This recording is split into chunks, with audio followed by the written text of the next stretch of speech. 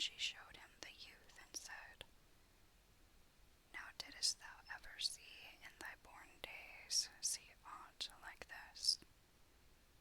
The Ifrit looked upon him and exclaimed, Praise be to him that hath no equal.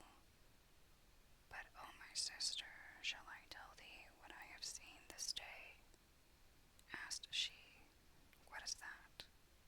And he answered, I have seen the counterpart of this youth in the land of Egypt. She is the daughter of the Wazir Shams al-Din, and she is the model of beauty and loveliness, of fairest favor and formous form, and dight with symmetry and perfect grace. When she had reached the age of 19, the Sultan of Egypt heard of her, and sending for the Wazir her father, said to him, Hear me, O Wazir. It hath reached mine ear that thou hast a daughter, and I wish to demand her of thee in marriage. The Wazir replied, O our lord the Sultan, deign accept my excuses, and take compassion on my sorrows. For thou knowest that my brother, who was partner with me in the Wazirate, disappeared from amongst us many years ago, and we wot not where he is. Now the cause of his departure was that one night, as we were sitting together and talking of wives and children to come, we had words on the matter, and he went off. But I swore that I would marry my daughter to none save the son of my brother, on the day her mother gave her birth, which is nigh upon 19 years ago. I have lately heard that my brother died at Basra, where he had married the daughter of the Wazir, and that she bare him a son, and I will not marry my daughter but to him in honor of my brother's memory. I recorded the date of my marriage, and the conception of my wife and the birth of my daughter, and from her horoscope I find that her name is conjoined with that of her cousin, and there are damsels in foison for our lord the Sultan. The king, hearing his minister's answer and refusal, waxed wroth with exceeding wrath, and cried, When the like of me asketh a girl in marriage, of the like of thee, he conferreth in honor, and thou rejectest me, and puttest me off with cold excuses. Now by the life of my head I will marry her to the meanest of my men in spite of the nose of thee. There was in the palace a horse groom, which was a gobbo, with a bunch to his breast and a hunch to his back.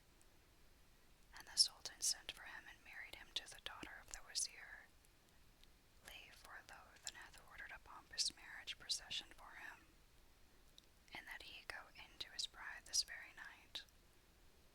I have just now flown hither from Cairo, where I left the hunchback at the door of the bath amidst the Sultan's white slaves, where were waving lighted flambeaux about him. As for the minister's daughter, she sitteth among her nurses, and tire women weeping and wailing, for they have forbidden her father to come near her. Never have I seen, O my sister, more hideous being than this hunchback, whilst the young lady is the likest of all folk to this young man, albeit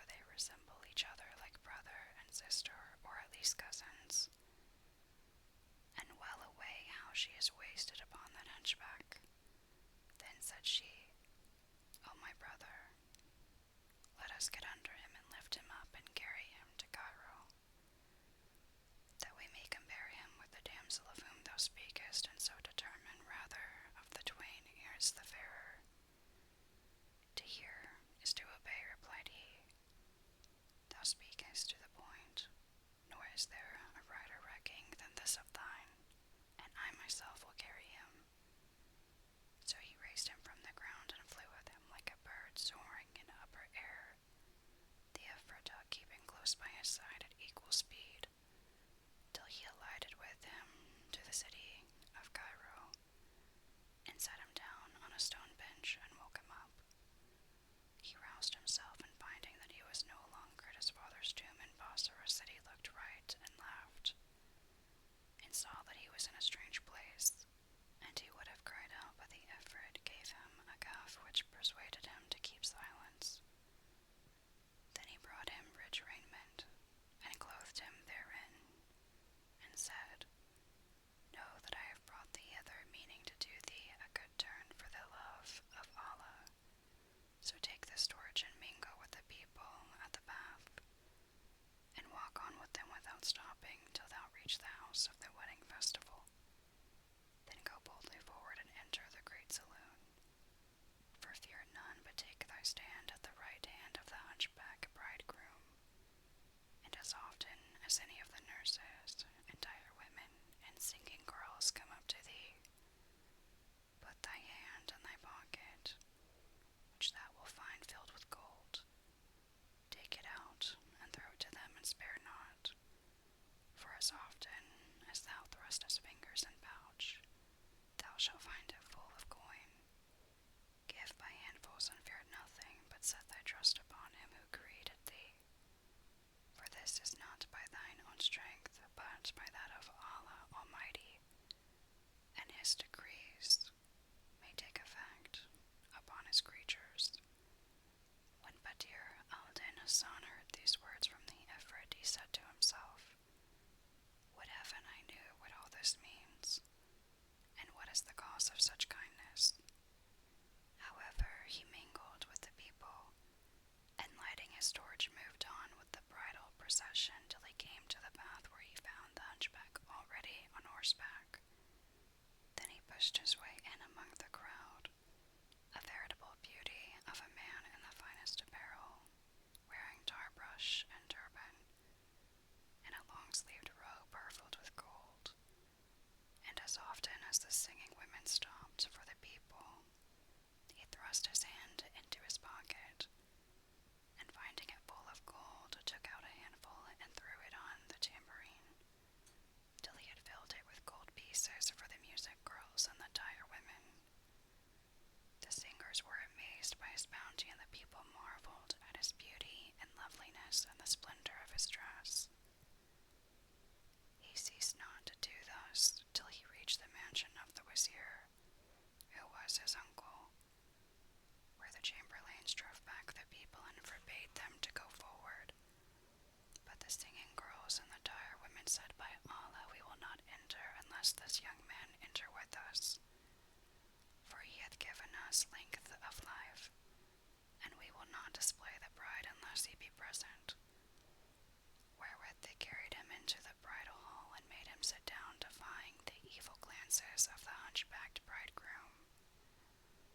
The wives of the emirs and wazirs and chamberlains and courtiers all stood in double line, each holding a torch ready lighted. All wore thin face veils, and the two rows right and left extended from the bride's throne to the head of the hall adjoining the chamber whence she was to come forth. When the ladies saw Badr al-Din Hasan, and noted his beauty and loveliness, and his face that shone like the new moon, their hearts inclined to him, and the singing girls said to all that were present, Know that this beauty crossed our hands with naught but red gold. So be not weary to do him womanly service, and comply with all he says, no matter what he asks. So all the women crowded around Hassan with their torches, and gazed on his loveliness, and envied him his beauty. And one and all would gladly have lain on his bosom an hour, or rather a year. Their hearts were so troubled that they let fall their veils from before their faces, and said, Happy she who belongeth to this youth, or to whom he belongeth. And they called down curses on the crooked groom, and on who was the cause of his marriage to the girl Beauty. And as often as they blessed Badr al-Din Hasan, they damned the hunchback, saying, Verily this youth and none else deserveth our braid. such a lovely one with this hideous Quasimodo. Allah's curse light on his head and on the sultan who commanded the marriage. Then the singing girls beat their instruments and shouted with joy, announcing the appearing of the bride. And the wazir's daughter came in surrounded by her tire women, who had made her goodly to look upon, for they had perfumed her and incensed her and adorned her hair, and they had robed her in raiment and ornaments befitting kings. The most notable part of her dress was a loose robe worn over her other garments. It was diapered in red gold with figures of wild beasts and birds whose eyes and beaks were of gems, and claws of red rubies, and her neck was graced with a necklace of Yamani work worth thousands of gold pieces, whose bezels were great round jewels of swords like that of which was never owned by any king. And the bride was as the full moon when at its fullest on the 14th night, and as she paced into the hall, she was like one of heaven. Praise be to him who created her in such splendor of beauty. The ladies encompassed her, as the white contains the black of the eye, they clustering like stars, while she shone amongst them like the moon when it eats up the clouds. Now Badr al-Din Hasan of Basra was sitting in full gaze of the folk, when the bride came forward with her graceful swaying and swimming gait, and her hunchbacked groom stood up to meet and receive her. She, however, turned away from the white and walked forward till she stood before her cousin Hassan, the son of her uncle, whereat the people laughed.